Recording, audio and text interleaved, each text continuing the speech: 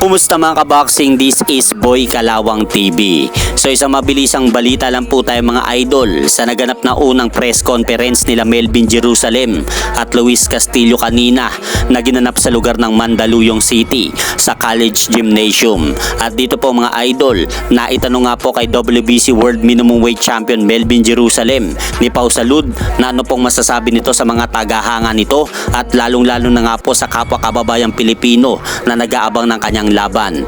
At dito po mga idol, direktang sinabi nga po ni Melvin Jerusalem sa kanilang naganap na press conference kanina sa Mandaluyong City na ipinapangako po daw nito sa sambayan ng Pilipino na kumpiyansa siyang maipapanalo nito ang kanyang laban sa September 22 kontra dito sa dayuhang Meksikano na si Luis Castillo. Samantalang ito naman pong dayuhang Meksikano na si Luis Castillo mga idol ay pinapasalamatan naman po nito ang mga Pilipino dahil sa mainit na pagtanggap sa kanila. Kaya abangan nga po natin mga idol ang magaganap naman po na official and final weigh-in ng dalawang ito sa araw ng Sabado. At sa mga nagtatanong naman po mga idol, libreng mapapanood nga po ito ng mismong live kung ikaw po ay pupunta sa Mandaluyong City sa College Gymnasium. At mapapalaban din po dyan mga idol ang isa pa nating pambatong Pinoy na boksingero na si former IBF Super Flyweight World Champion Jerwin Pretty Boy Ancajas kontra naman po dito sa dayuhang Thai boxer na si Sokpraset Pompitak ng bansang Thailand. At ito nga pong laban ni Jerwin Ancajas mga idol